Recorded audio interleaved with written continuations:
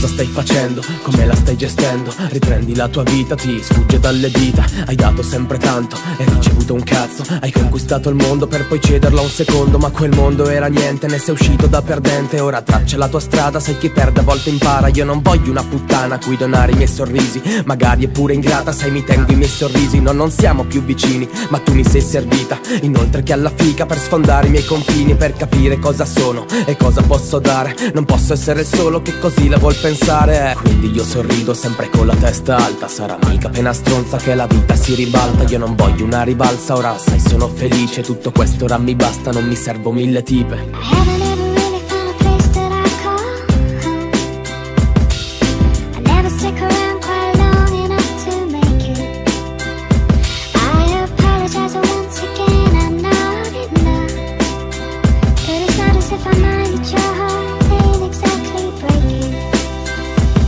Sopporto pare che tu non puoi manco immaginare. Le sopporto sai perché sono anni luce avanti a te. Non se ne può manco parlare, non ti sai più accontentare, o forse sai solo scappare. Una risposta non sai dare, ora so cosa vuol dire starci sotto veramente. E sai sinceramente ti prendere a papine, credo tu possa capire perché so sei intelligente. Ma sai evidentemente tutto questo non ha fine. Resto legato a pochi, sono pochi veri soci e spesso nessuno mi vede perché passo le mie sere alle prese con i fuochi. E poi quando finisco adoro rilassarmi e a volte ritagliarmi in queste folli mie giornate. Un minuto per sorridere alle cose guadagnate e per un po' precipito in un vicolo nel quale senza sogni sarei piccolo. Ma tanto tu non senti, è ridicolo che dici che son tipico.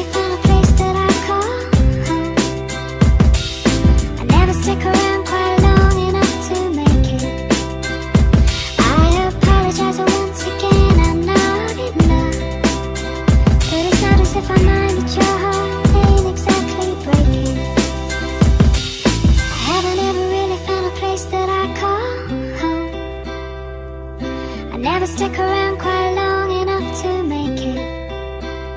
I apologize once again, I'm not enough. But it's not as if I mind that your heart ain't exactly breaking.